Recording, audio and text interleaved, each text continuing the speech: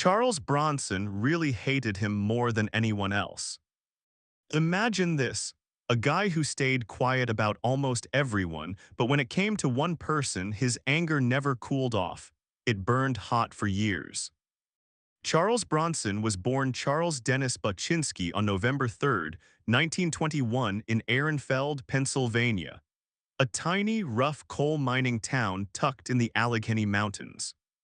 Bronson grew up in a super poor family, scraping by in what's called Scooptown, the poorest section where folks lived hand to mouth. He was the 11th kid out of 15 children born to parents who came from Lithuania.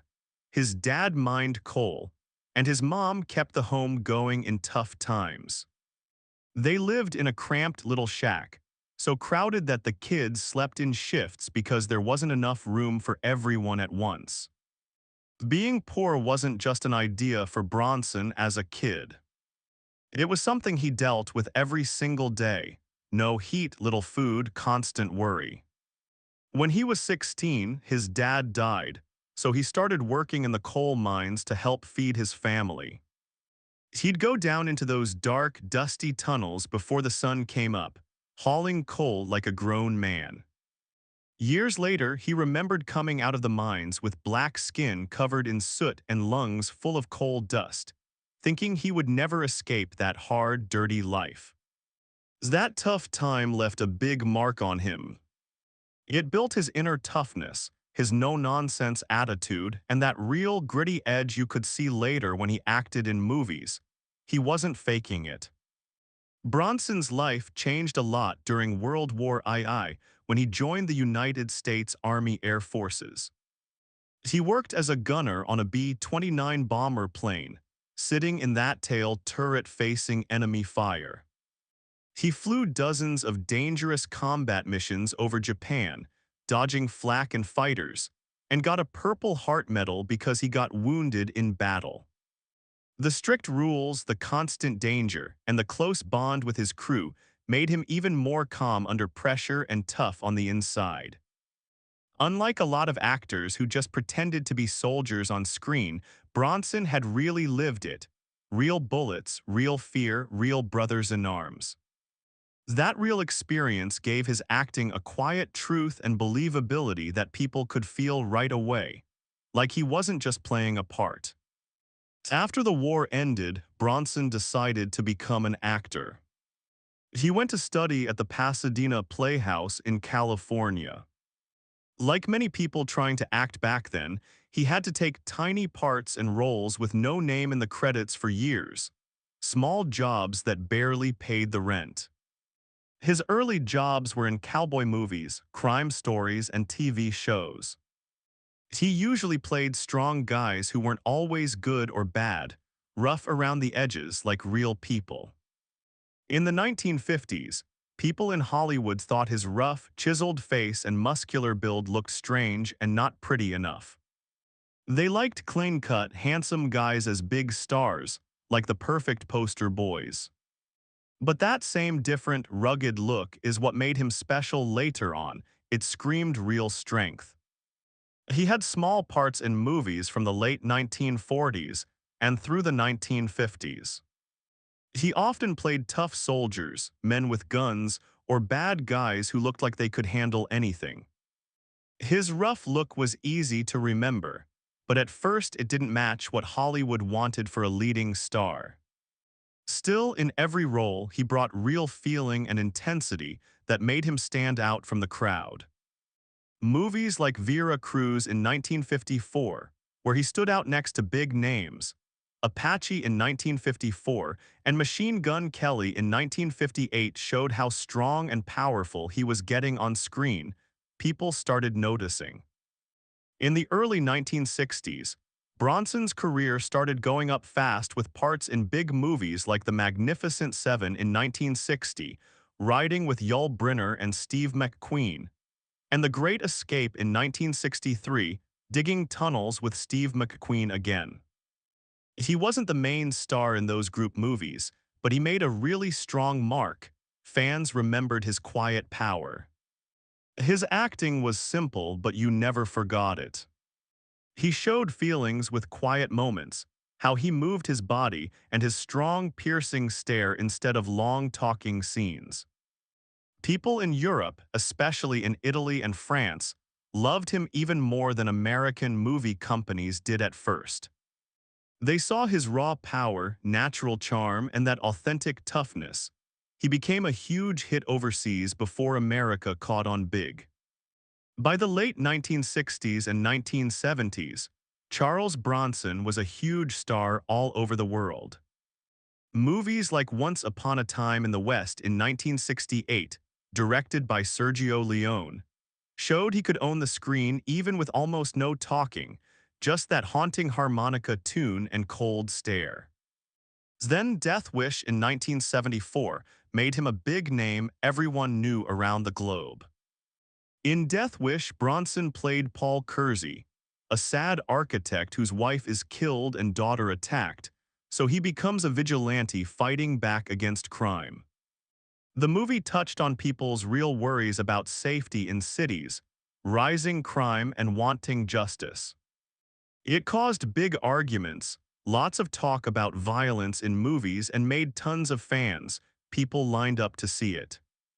It turned Bronson into one of the best paid actors during those years, pulling in huge crowds. You could love him or not like him, but nobody could pretend he didn't matter. He was a cultural force. Besides Death Wish, Bronson did great acting in movies like Once Upon a Time in the West in 1968, where his quiet gunslinger who plays a sad harmonica is still one of the coolest, most unforgettable movie characters ever. Fans still talk about that entrance scene. He also shined in The Mechanic in 1972 as a cold professional killer. Hard Times in 1975, bare-knuckle boxing in the Depression era, and Mr. Majestic in 1974, a simple farmer standing up to mobsters. His characters didn't talk much, but when they spoke, every word felt important and heavy. In Bronson's movies, being quiet became its own special way of talking, powerful silence that said more than shouting. Charles Bronson's real life, especially his marriages, showed a lot of the same things you saw in his movie roles. He was loyal, full of deep feeling, strong when things got hard, and really cared about family above everything. In his whole life, Bronson got married 3 times. Each marriage was like a different chapter in his story, from being a poor actor trying hard to becoming a famous movie star around the world. Bronson's first wife was Harriet Tendler, an actress he met early on. They got married in 1949 in Philadelphia, way before he got famous or rich. Back then, he still used his real name, Charles Dennis Buczynski, and was having a hard time getting acting jobs, struggling every day. They lived a simple life together and faced money problems, and being apart a lot because Bronson had to travel for any small acting gig. Harriet stayed steady and helped him feel better during those rough times, while he tried so hard to make it in movies. They had 2 kids together, a son named Tony and a daughter named Susan. Having a family gave Bronson something solid and real, while his acting career was still unsure and scary. But as Bronson got more jobs and his name started to grow, being famous, always traveling and staying away from home put big pressure on their marriage. By the middle of the 1960s, things started falling apart slowly. They finally split up in 1967, though some say the divorce finalized in 1965. After almost 20 years together, it was hard, but life pulled them different ways. After the divorce, Bronson's life changed in a big way when he met British actress Jill Ireland on the set of a movie. They felt a strong connection right away, both in love and in their work sparks flew. They got married on October 5, 1968, in a simple ceremony. That relationship became one of the biggest, most important things in Bronson's whole life. Jill Ireland wasn't just his wife. She was his best friend, his biggest supporter, and someone he worked with on movies too. She acted with him in many films, like Breakout and Hard Times, and helped shape his tough guy image during his biggest years in the 1970s and 1980s. They loved each other a lot and wanted the same things in life. Together, they made a blended family that mixed kids from before. Jill had two sons from her previous marriage to actor David McCallum. Then they had one child of their own together, a daughter named Zuleika, and later adopted a daughter named Katrina. That showed how much they cared about being a close, loving family no matter what. Even though Bronson looked like a tough guy in movies, people close to him said he really loved Jill deeply. He was gentle with her, a caring husband, and a devoted dad who put family first. Sadly, their marriage went through a very hard time when Jill Ireland got breast cancer. It lasted a long time, and everyone knew about her brave fight because she spoke out. Bronson stayed right by her side the whole time, never leaving. He gave her support every single day through painful treatments, hospital stays, and when she got sicker. Their love grew even stronger because of the hard times. They held on tighter. During those years, people saw a gentle, vulnerable, and open side of Bronson that he usually kept hidden from the world. Jill Ireland died in 1990 at age 54. That hurt Bronson very deeply. He was heartbroken. Her death ended a marriage that lasted more than 20 years. She had been the biggest love in his life, his rock, and a key part of why he succeeded and felt steady through the crazy Hollywood world. 8 years after Jill died, Bronson found someone new to share life with. He married Kim Weeks, who used to work at an audio production company called Dove Audio. She was kind and supportive. They got married on December 22, 1998, in a quiet ceremony. That marriage gave Bronson comfort and someone to lean on in his older years when his health started getting worse. He slowly stopped being in the spotlight and retired peacefully. Kim Weeks brought him calm, friendship, and companionship. She helped him through retirement, daily life, and the challenges of getting older. Even though their marriage only lasted 5 years, it stayed strong and loving until Bronson died in 2003. It showed he still wanted love, partnership, and closeness even near the end of his life. In many ways, Charles Bronson's 3 marriages show the story of a guy who cared about being loyal and having family just as much as he cared about acting. From the hard, struggling early days with Harriet Tendler, to the deep love, creative teamwork, and shared battles he had with Jill Ireland, and finally to the peaceful, comforting time with Kim Weeks.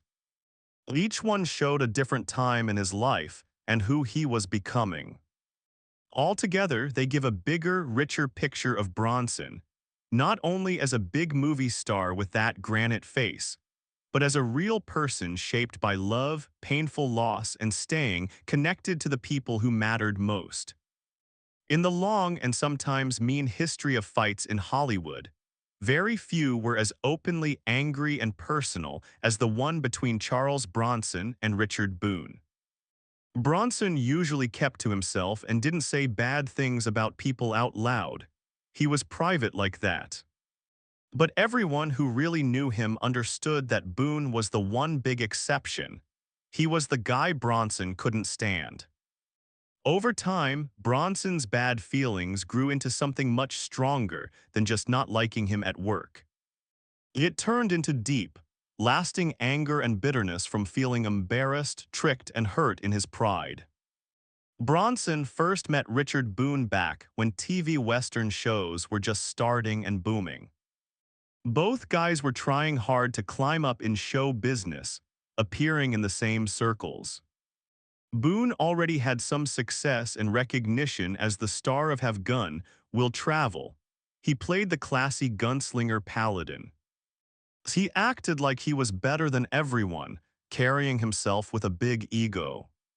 That attitude bugged Bronson right away from the start. He acted like he owned every place he went. Bronson once said it felt like the rest of us were just furniture in the room, ignored and unimportant. For a guy who grew up super poor in coal mines and worked so hard to get into movies through pure grit and toughness, Boone's stuck-up way felt rude and insulting instead of impressive. Things got worse when they were around each other a lot, especially when Bronson guest starred on Boone's show Have Gun, Will Travel in several episodes. They even had fight scenes together, but off-camera it was tense. Boone got famous fast, and he started acting like other actors didn't matter as much. Bronson felt Boone put him down on purpose, both when no one else was around and right on the set in front of people. He liked to make people feel small, Bronson remembered. That's how he felt bigger himself, like tearing others down built him up. Bronson said Boone made fun of where he came from, the poor mining town, how rough he looked, and even questioned if he was smart enough. Those cutting comments stuck with Bronson forever. They hurt deep. It hurt more because Boone acted like he was so smart and classy. He always talked about his education, his theater training, and how cultured he was to show he was better. To Bronson, that seemed fake, showy, and mean, like pretending. He thought being educated made him better than everybody else. Bronson said, "I didn't need a college degree to know when a man was full of himself." Bronson always valued being real and authentic, and Boone's way seemed pretend, condescending, and looking down on people. Bronson also thought Boone used his power and star status to hurt other actors' chances. He believed Boone stopped jobs for people he didn't like and ignored or dismissed anyone he thought was less important. He didn't want competition, he wanted to stay on top alone. Bronson said if you weren't in his little group or circle, you didn't count at all.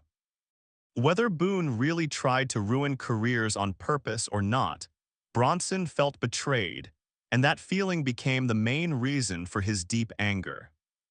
Unlike many Hollywood fights that get forgotten over time or forgiven, Bronson's mad feelings about Boone never went away. They stayed sharp. Even many years later, when Bronson was a superstar, he talked about him with clear bitterness in his voice. "There are people you forgive," he said. "And then there are people you remember exactly as they were, no changes." Boone was definitely in that second group for Bronson. Bronson felt Boone never saw him as an equal and never said sorry for anything. Funny enough, as Bronson's career got huge, bigger movies, more money, global fame, and even surpassed Boone's around the world, his feelings stayed the same. Being successful made him happy and proved his point, but it didn't fix the old hurt or bring peace. "Money and fame don't erase how someone treated you," he said once. "They just remind you that you survived it and came out stronger." While Bronson turned into a worldwide picture of being tough, resilient, and unbreakable, Boone stayed in his mind as everything bad about fancy Hollywood people. The elitism, the snobbery. In the end, Richard Boone was more than just a hard co-worker to Charles Bronson. He stood for the big differences in class, the mean ways people treat each other, and the stuck-up attitude Bronson had fought his whole life, from the mines to the screen. "I worked too damn hard to be looked down on," Bronson said, "and I never forgot the people who tried to do it." For a man famous for staying quiet, holding back emotions, and showing restraint, that strong, lingering hate said a lot. It spoke volumes. It made sure Richard Boone always had a special, unwanted spot in Charles Bronson's thoughts, right till the end. In the last part of his life, the super strong power and toughness that made him great in movies slowly turned into the sad, quiet truth of getting old and sick. In his final years, his health got much worse because of Alzheimer's disease, a cruel illness that slowly took away his memories, his independence, and the commanding presence audiences had admired for decades. The guy who used to mean unbreakable strength and iron will now had to fight a very personal, silent, and never-ending battle. He did it quietly, away from cameras, spotlights, and cheering crowds. No glory, just struggle. His body also started failing more, so he had hip replacement surgery in 1998 to help with pain and walking. That was a clear sign that age was finally catching up to a body that had worked so hard, endured years of tough movie stunts, physical roles, and relentless schedules. Even the surgery, which was supposed to help him feel better and move easier, showed how fragile getting older can make someone feel, especially when mixed with a serious brain sickness too. Friends and family watched sadly as the big movie star became more and more withdrawn and quiet. His world got smaller and smaller as the disease went on. He forgot faces, places, even parts of his own amazing life. On August 30th, 2003, his long and hard road finally came to an end at age 81. He passed away peacefully at Cedar-Sinai Medical Center in Los Angeles, surrounded by medical professionals and loved ones. He left behind a huge legacy that was way bigger than those last tough fading years, movies that still thrill people today. His death wasn't just losing a famous tough guy actor. It was a sad reminder that even the strongest people, the ones who seemed invincible on screen, are still just human in the end, facing the same things we all do. Even though sickness made his last days darker and quieter, it could never take away what he did in life, the powerful movies he made, or the strong, unforgettable image of a man who once filled the screen with raw power, intensity, and that quiet stare you couldn't look away from.